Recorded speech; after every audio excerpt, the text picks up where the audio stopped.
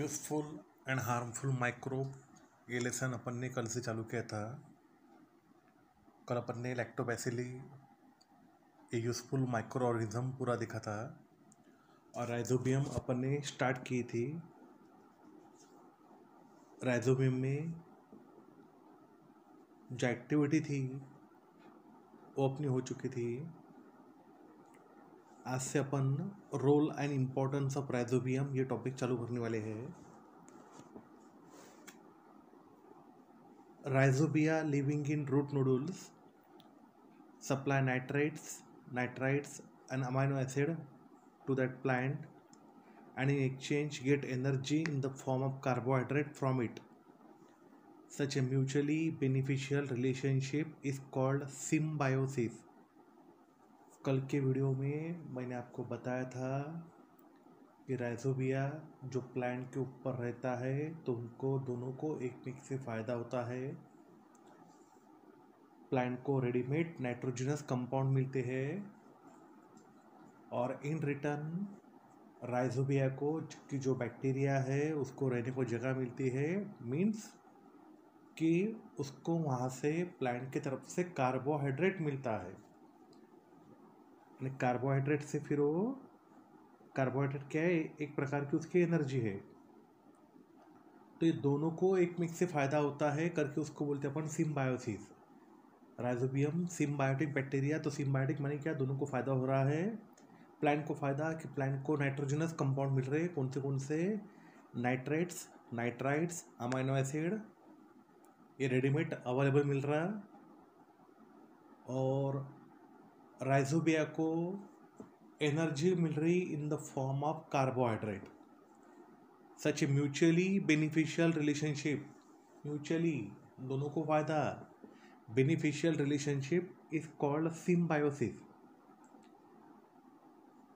Rhizobia तैयार करता है nitrogenous compound from atmospheric nitrogen. Rhizobia produce nitrogenous compound from atmospheric nitrogen. However, for this process of nitrogen fixation, they need leguminous plant like bean, sweet pea, soybean, etc. as a host. Rhizobia ने क्या तैयार किया, nitrogenous compound, कहाँ से, atmospheric nitrogen से। और nitrogen fixation process के लिए राइजोबिया को होना लेग्युमिनस प्लांट, लेग्युमिनस माने जिसको फल्ली आती, शेंगा असलेली झाडं, like beans, sweet pea, soybean etcetera as a host. Host माने रहने के लिए। बीन्स में और पल्सेस में डाई जिला अपन दाल, पल्सेस, बीन्स और पल्सेस में, बीन्स माने अपन कोई भी पकड़ लो, मठ, बरबटी, उसको अपन बीन्स बोलेंगे। हाँ, बीन्स और पल्सेस में प्रोटीन बहुत सारा रहता है क्योंकि नाइट्रोजनस कंपाउंड प्रोवाइड करेगा rhizobia. Beans and pulses are rich in protein due to the nitrogenous compound made available by rhizobia. एक बार दोनों पैसेज क्या पढ़े अपन ने एक बार देख लो, फिर अपन नेक्स्ट पैसेज के ऊपर जाएंगे। Rhizobia living in root nodule supply nitrites and amino acid to that plant, and in exchange get energy in the form of carbohydrate from it. Such a mutually beneficial relationship is called symbiosis. Rhizobia तैयार कर रहा है nitrogenous compound from atmospheric nitrogen से, और उसके लिए उस leguminous plant होना नाइट्रोजन फिक्सेशन के लिए, like bean, sweet pea, soybean etcetera as a host, यानी रहने के लिए। बीन्स में, पल्सेस में प्रोटीन बहुत सारा रहता है क्योंकि राइजोबिया नाइट्रोजनस कंपाउंड अवेलेबल करके देता है। Beans and pulses are rich in protein due to the nitrogenous compound made available by rhizobia. After harvesting a leguminous crop, the leftover root and other plants are deliberately dumped in farm soil to maintain its bacterial population. क्या बोला है, बराबर ध्यान में रखो। जब leguminous crop यानी been या पल्सेस, जो भी जिसको भी फली आती है, ग्राउंडनट वगैरह, स्वीट पी, वटाने, उसको अपन ने जब हार्वेस्ट करते हैं, हार्वेस्ट माने जब उसकी कटाई करते हैं अपन, जो बचे हुए रूट्स होंगे और बाकी के प्लांट के पार्ट्स होंगे, वो डिलिबरेटली एक खड्डा करके खेत में उसको डंप करना, क्योंकि बैक्टीरियल पॉपुलेशन वहाँ पे मेंटेन रहेगा। क्या किया अपन ने, लेगुमिनस क्रॉप को कट किया, जो रूट था बचा हुआ या बाकी कुछ प्लांट पार्ट्स होंगे उनको अपन ने खेत में खड्डा किया और उसमें अपन ने उसको डंप कर दिया। काय के लिए, to maintain its bacterial population. The use of rhizobium has helped to reduce the use of chemical fertilizer and thereby their adverse effect. जितना अपन राइजोबियम यूज़ करेंगे उतने अपने को केमिकल फर्टिलाइज़र यूज़ करने का काम नहीं, उतने किसानों के पैसे बच जाएंगे और जो एडवर्स इफेक्ट होता है केमिकल फर्टिलाइज़र से, जो हानि पहुंचती है इंसानों को, बाकी जानवर को केमिकल फर्टिलाइज़र के कारण, वो भी नहीं पहुंचेंगे। The use of rhizobium has helped to reduce the use of chemical fertilizer and thereby their adverse effect. It has also helped to reduce expenses on fertilizer and thus work to the benefit of farmer. मैंने आपको पहले बताया है कि जो खर्चा लगने वाला है फर्टिलाइज़र के ऊपर खरीदने के लिए, वो बच जाएगा राइजोबियम के कारण, और ये पूरा बेनिफिशियल रहेगा फार्मर के लिए कि उसको थोड़ा ज़्यादा गेन मिलेगा। अब बाजू में जो आपको बॉक्स दिया है वो देखो, nowadays seeds are coated with rhizobial solution और पावडर बिफोर सोइंग। सोइंगचा अर्थ होतो पेरणे, दमणीत लावणे। सीडच्या वरते कव्हरिंग करतात, कशाचं, राइजोबियल सोल्यूशनचं किंवा पाउडरचं, यानी बीज लेते हैं, बीज के ऊपर राइजोबियल का सोल्यूशन लगाते हैं या पाउडर लगाते हैं। बिफोर सोइंग, आफ्टर सोइंग म्हणजे बी लावल्यानंतर, after sowing rhizobia enter the plantlet, और राइजोबिया एंटर हो जाएगा वो प्लांट के छोटे स्वरूप में, आणि उसको बोलते अपन प्लांटलेट, ज्याला मराठीत बोलतो आपण रोपटं। आणि ऐसा प्लांट जो अभी सीड के अंदर से निकला है,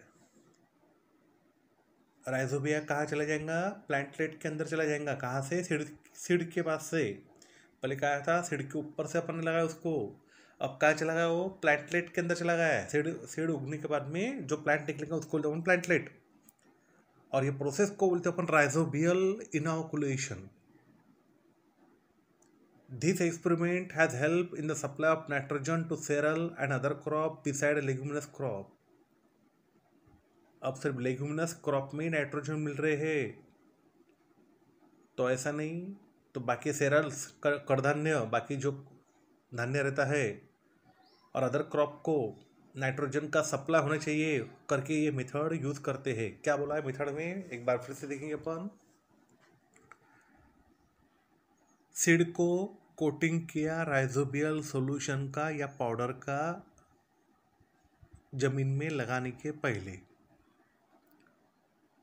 सीड को कोटिंग किया, सीड के ऊपर से अपन ने राइजोबियल सॉल्यूशन दिया। अब वो सीड को लगाया अपन ने जमीन के अंदर, उसमें से पौधा बाहर निकला, यानी प्लांटलेट निकला। जो सीड के ऊपर था राइजोबिया, अब वो प्लांटलेट के अंदर चला गया। ये मेथड को बोलेंगे अपन rhizobial inoculation. This experiment has helped in the supply of nitrogen to cereal and other crop beside a leguminous crop. ये मेथड यूजफुल है काय के लिए, supply of nitrogen to cereal and other crop, leguminous crop छोड़ के। This experiment has help in the supply of nitrogen to cereal and other crop beside leguminous crops. अभी अपना second जो था यूजफुल माइक्रोऑर्गेनिज्म राइजोबियम, ये यहाँ पे ख़त्म हुआ। तो इसका मेन काम ध्यान में रखना कि इसका मेन काम है नाइट्रोजन फिक्सेशन का। एंड ये एटमॉस्फेरिक नाइट्रोजन का कन्वर्शन करेगा नाइट्रोजनस कंपाउंड में, माने नाइट्रेट्स, नाइट्राइट्स और अमाइनो एसिड में, और वो सप्लाई करेगा प्लांट्स को। तो ये उसका मेन फंक्शन है राइजोबियम का, कि जो रहता है प्लांट के साथ में सिम्बायोटिक एसोसिएशन के साथ। अब next east. East bring active dry east from the market. East की पाउडर मिलती है मार्केट में, वो लेके आओ। 1 चम्मच भर ईस्ट पाउडर लेना, उसमें 2 चम्मच शुगर डालना, और बाद में थोड़ा लुक फॉर्म वाटर म्हणजे कोंबट पाणी टाकायचं बॉटल के अंदर। क्या लिया अपन ने? बॉटल लिया, क्या डाला? हल्का सा गर्म पानी, उसके अंदर 2 चम्मच शक्कर, 1 चम्मच ईस्ट पाउडर, और उसके माउथ के ऊपर अपन ने एक बलून रख दिया। अपनी किताब में बोला है कि कलरलेस ट्रांसपेरेंट रखो। तो क्या होगा 10 मिनट के बाद? 10 मिनट के बाद वो बलून फूक जाएगा, स्वेल्स हो जाएगा, क्योंकि उसके अंदर CO2 गैस आ जाएगी। CO2 गैस के कारण वो बलून फूक जाएगा। Mix lime water with the gas accumulated in the balloon. Collect the lime water in a beaker and observe it. What do you notice? Lime water लिया अपन ने। Lime water माने CaOH/2, calcium hydroxide. उसके साथ में वो CO2 mix किया, तो अपने को मिलेगा calcium carbonate CaCO3, white precipitate calcium carbonate मिल जाएंगे अपने को। ये दोनों पैसेज क्या बोला ये एक बार फिर से देखो। ड्राई ईस्ट पाउडर मार्केट में मिलती है, वो लेके आना। एक बॉटल लेना, बॉटल के अंदर लुक वार्म वाटर डालना, 2 चम्मच शक्कर, 1 चम्मच ड्राई ईस्ट पाउडर, उसके मुंह के ऊपर बलून रखना, कलरलेस ट्रांसपेरेंट। 10 मिनट के बाद ऑब्जर्व करना, बलून फूक जाएगा। फिर वो जो गैस जमा हो गया, एक उसको मिक्स करना लाइम वाटर के साथ में, और बाद में वो बिकर को ऑब्जर्व करना क्या होगा। तो अपने को मिलेगा calcium carbonate, white precipitate. Take a drop of the solution from the bottle on a glass slide. अब उसमें का एक ड्रॉप अपन ने लिया ग्लास स्लाइड के ऊपर, और उसके ऊपर रखा अपन ने cover slip, and observe it under the compound microscope. Store the solution in the bottle carefully. क्या किया अपन ने? ध्यान में रखो। वो सॉल्यूशन में से एक ड्रॉप लिया, वो ग्लास स्लाइड के ऊपर रखा, उसके ऊपर कवर स्लिप रखी, और वो कंपाउंड माइक्रोस्कोप में अपन ने ऑब्जर्व किया, तो अपने को ओवल सेल दिखे ईस्ट के, कलरलेस ओवल सेल दिखे अपने को ईस्ट के कंपाउंड माइक्रोस्कोप के अंदर। सम ऑफ दो cell may have small round bodies attached to them. कुछ छोटे छोटे सेल एक बड़े सेल को अटैच रहेंगे, उसको बोलते अपन बर्ड। यानी बड़ा सा सेल है, उसके ऊपर एक छोटा सा सेल अटैच है, उसको बोलते अपन बर्ड। कुछ दिन के बाद में वो बर्ड गिर जाता है और नया ईस्ट वहाँ से तैयार होता है, तो इसको बोलते अपन असेक्सुअल रिप्रोडक्शन, और ये प्रोसेस को बोलते अपन बर्डिंग। एक बार फिर से एक ड्रॉप लिया सॉल्यूशन का स्लाइड के ऊपर रखा, उसके ऊपर ने कवर स्लिप डाली, कंपाउंड माइक्रोस्कोप में ऑब्जर्व किया, अपने को कलरलेस ओवल सेल मिले। वो कुछ सेल को स्मॉल राउंड बॉडीज अटैच रह सकती है, उसको बोलते हैं अपन daughter cell. This method of asexual reproduction is called budding. और ये जो मेथड है असेक्सुअल रिप्रोडक्शन की, उसको बोलते हैं अपन budding. Yeast is heterotrophic fungal microbe that grow on carbon compound. क्या बोला है? ध्यान में रखो। ईस्ट ये दूसरे के ऊपर डिपेंड रहता है, हेटेरोट्रॉपिक। ये बुरशी का एक प्रकार है, फंगस है, माइक्रोब, और ये ग्रो होता है सिर्फ कार्बन के ऊपर, that grow on carbon compound. Yeast is unicellular fungus with 1500 different species in existence. ये यूनिसेलुलर फंगस है, single cell perform all the activity, और इसके नियर अबाउट 1500 डिफरेंट स्पेसीज अभी अस्तित्व में है, एग्जिस्टेंस में है। The yeast cell is eukaryotic type of cell. अब यूकैरियोटिक सेल माने क्या कि ईस्ट में न्यूक्लियस रहता, ईस्ट में और भी ऑर्गेनेल्स है और उसके ऊपर कवरिंग है प्लाज्मा मेम्ब्रेन का, तो ऐसे सेल को अपन यूकैरियोटिक टाइप बोलते हैं। एक बार फिर से कलरलेस ओवल सेल रहेंगे ईस्ट के कंपाउंड माइक्रोस्कोप के अंदर। कुछ सेल के ऊपर, कुछ ईस्ट सेल के ऊपर स्मॉल राउंड बॉडीज अटैच रहेंगी और रहेंगे डॉटर सेल ईस्ट के। और ये जो मेथड्स है असेक्सुअल रिप्रोडक्शन की उसको बोलेंगे अपन बडिंग। ईस्ट ये दूसरे के ऊपर रहने वाला फंगल माइक्रोब है। East is a heterotrophic fungal microbe that grows on carbon compound, कि जो कार्बन कंपाउंड के ऊपर रहता है।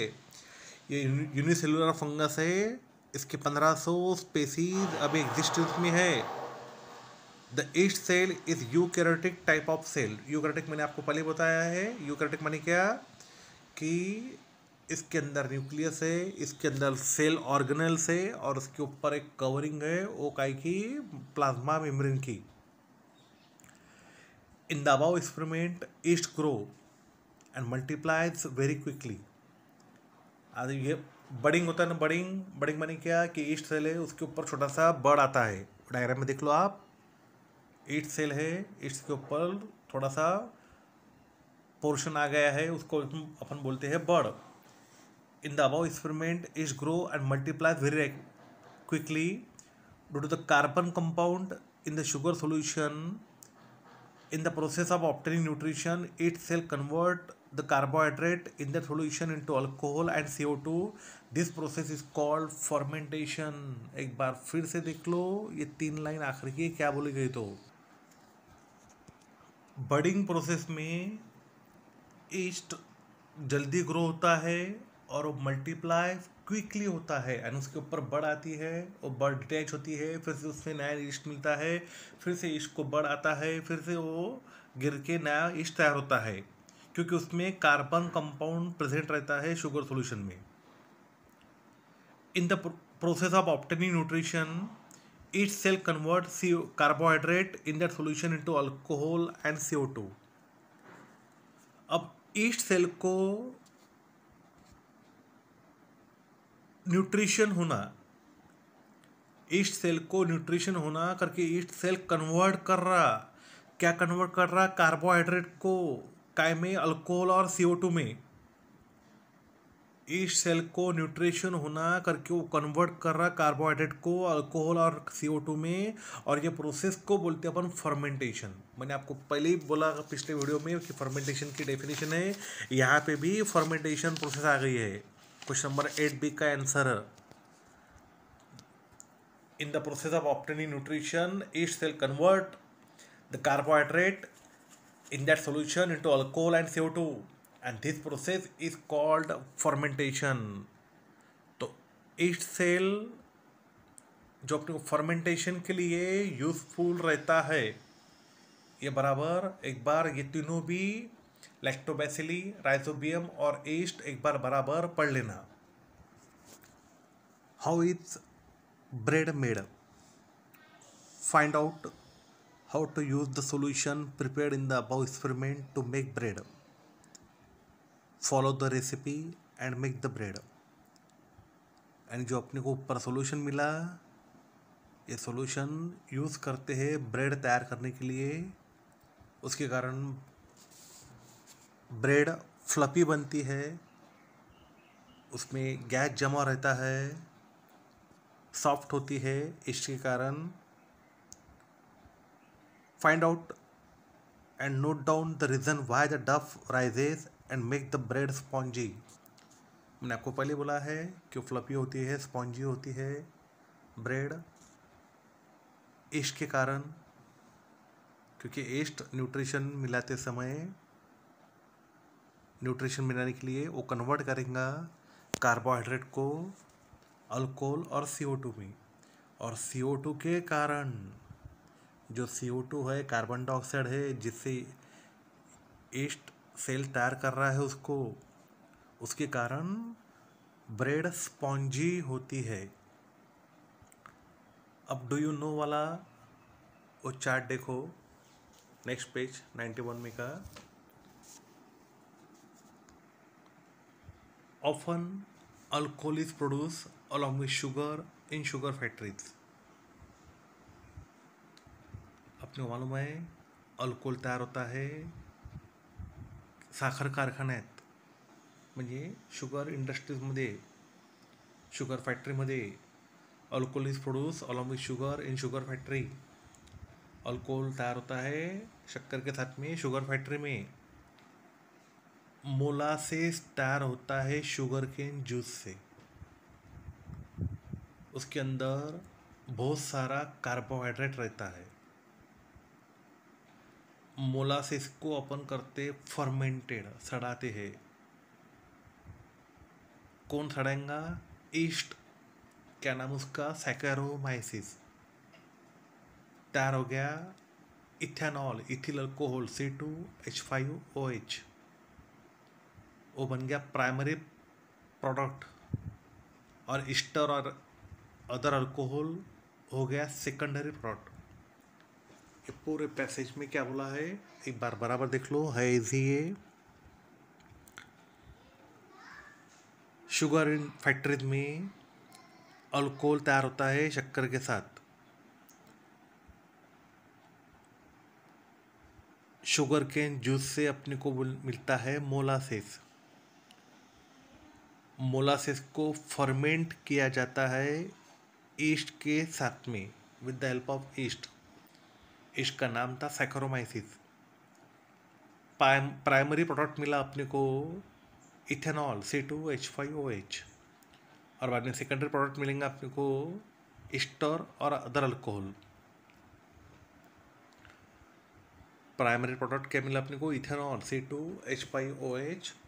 और सेकेंडरी था ईस्टर और अदर अल्कोहल। इथेनॉल से मिलता है अपने को स्पिरिट और other alcohol. Spirit and other alcohol can be obtain from ethanol. Ethanol ये स्मोकलेस है, इससे धूल निकलता नहीं, धुआं निकलता नहीं। और ये हाई क्वालिटी का ईंधन है, फ्यूल है। बिसाइड मोलासेस, अब सिर्फ मोलासेस यूज़ करते हैं अपन जो शुगर केन जूस से निकला नहीं। इथेनॉल के लिए मका, मेज, बार्ली, त्याला मराठीत आपण जव म्हणतो, and other grains are also used for industrial production of ethanol। में इथेनॉल तैयार करने के लिए, इंडस्ट्रियल प्रोडक्शन ऑफ इथेनॉल के लिए शुगर केन मोलासेस तो यूज़ करती है। उसके अलावा अपन और क्या करते हैं? मेज, बार्ली और अदर ग्रेन यूज़ करते हैं। सेकंड पैराग्राफ फिर से एक बार।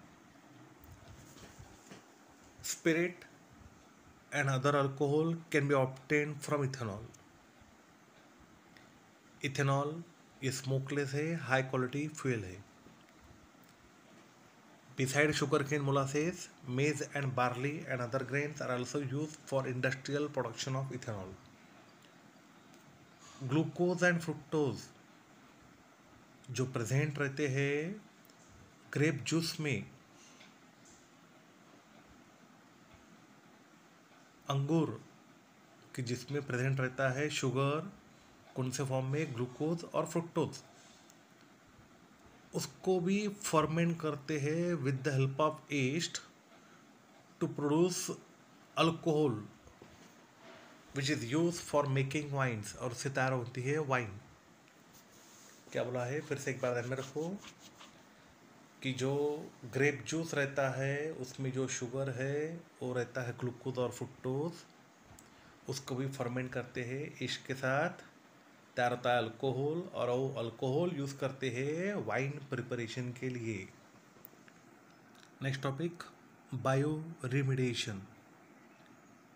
East Yarrowia lipolytica is used to absorb toxin released during the production of palm oil and heavy metals and minerals released in some other industrial processes। कौन है? East है। क्या नाम उसका? यारोविया लिपोलिटिका। क्या कर रहा है ये? एब्सॉर्ब कर रहा। क्या एब्सॉर्ब कर रहा? Toxins, harmful substance. कहाँ से निकले? पाम ऑयल से। जब प्रोडक्शन होता है पाम ऑयल का तो उसमें से टॉक्सिन निकलता है, तो ये ईस्ट उसको एब्सॉर्ब कर लेता है। And heavy metals and minerals release in some other industrial processes. वो और क्या एब्सॉर्ब करेंगे? Heavy metals and minerals release in some other industrial processes. तो इसके लिए या एब्सॉर्प्शन के लिए यारोविया लिपोलिटिका यूज होता है। Saccharomyces cerevisiae is used for absorption of pollutant arsenic। जो पोल्यूटेंट है जिससे पोल्यूशन होता है, आर्सेनिक, उसको एब्सॉर्प्शन के लिए सैक्चारोमाइसिस सर्विसी ईस्ट यूजफुल होता है। Saccharomyces cerevisiae is used for the absorption of pollutant arsenic। Oil spill. अब ऑयल स्पिल माने क्या? कि वहाँ से तेल निकल रहा है, कहाँ जा रहा है? समुद्र में जा रहा है। An escape of oil into C.